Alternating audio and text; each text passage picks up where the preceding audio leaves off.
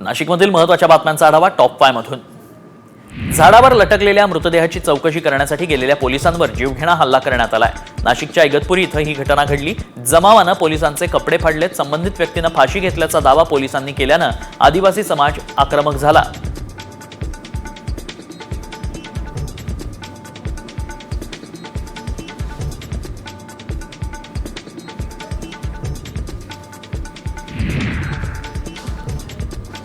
शेतकऱ्यांचा सातबारा कोरा झालाच पाहिजे यासह अन्य मागण्यांसाठी नाशिकमध्ये महाराष्ट्र नवनिर्माण सेनेकडून एक दिवसीय लाक्षणिक उपोषण आंदोलन करण्यात आलं। नाशिकच्या त्र्यंबक रोड परिसरामध्ये मनसेचे कार्यकर्ते पदाधिकारी हातात गाजर घेत आंदोलनाला बसले।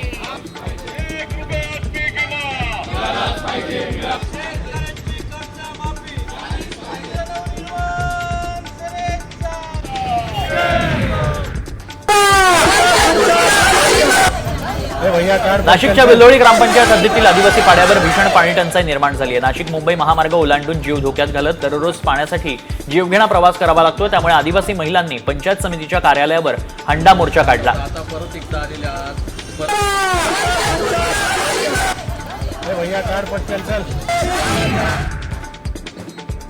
स्मार्ट सिटीच्या 18 प्रकल्पांच्या हस्तांतरावरून स्मार्ट सिटी आणि नाशिक महानगरपालिकेत वाद सुरू आहे। कोट्यवधींच्या प्रकल्पाच्या देखभाल दुरुस्तीची जबाबदारी कोण घेणार यावरून आता वाद पेटलाय। यामुळे हजारो कोटींचे प्रकल्प धुळखात पडलेत। 17 कोटींचा गोदा पार्क वर्षभरापासून धुळखात पडलाय।